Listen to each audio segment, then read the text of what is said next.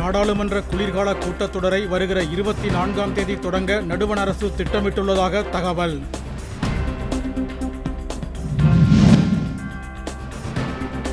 அரியலூர் மாவட்டம் சித்தமல்லி அணையை பார்வையிட்டார் அன்புமணி ராமதாஸ். சோழர் பாசன திட்டத்தை நிறைவேற்றக் கோரி ஆர்ப்பாட்டம். நவம்பர் 18ஆம் தேதி தமிழகம் முழுவதும் அரசு ஊழியர்கள் வேலை நிறுத்தத்தில் ஈடுபடுவார்கள் என ஜாக்டோ ஜியோ அறிவிப்பு.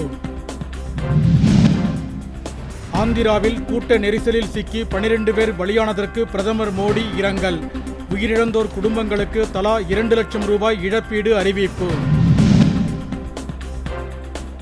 தமிழகத்தில் 4,77,000 தெருநாய்களுக்கு ரேபீஸ் தடுப்பூசி போடப்பட்டுள்ளதாக உச்சநீதிமன்றத்தில் தமிழக அரசு விளக்கம்.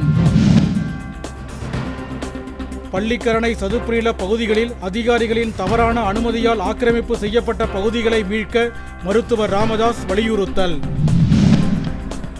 தமிழ்நாடு நாளையொட்டி நாகர்கோவிலில் உள்ள மணிமண்டபத்தில் மார்ஷல் நேசமணியின் சிலைக்கு அரசு சார்பில் அமைச்சர் அதிகாரிகள் மரியாதை.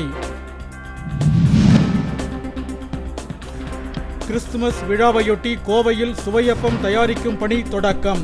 உலர் பழங்களில் மது வகைகளை ஊற்றி கலவை தயார்.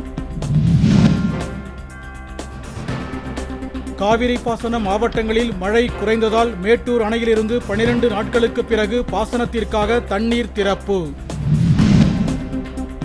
சிவகங்கை மாவட்டம் சிங்கம்புணரி மீன் சந்தையில் உணவு பாதுகாப்புத்துறையினர் ஆய்வு. கெட்டுப்போன மீன்களை வைத்திருந்தவர்களுக்கு தண்டம் விதிப்பு.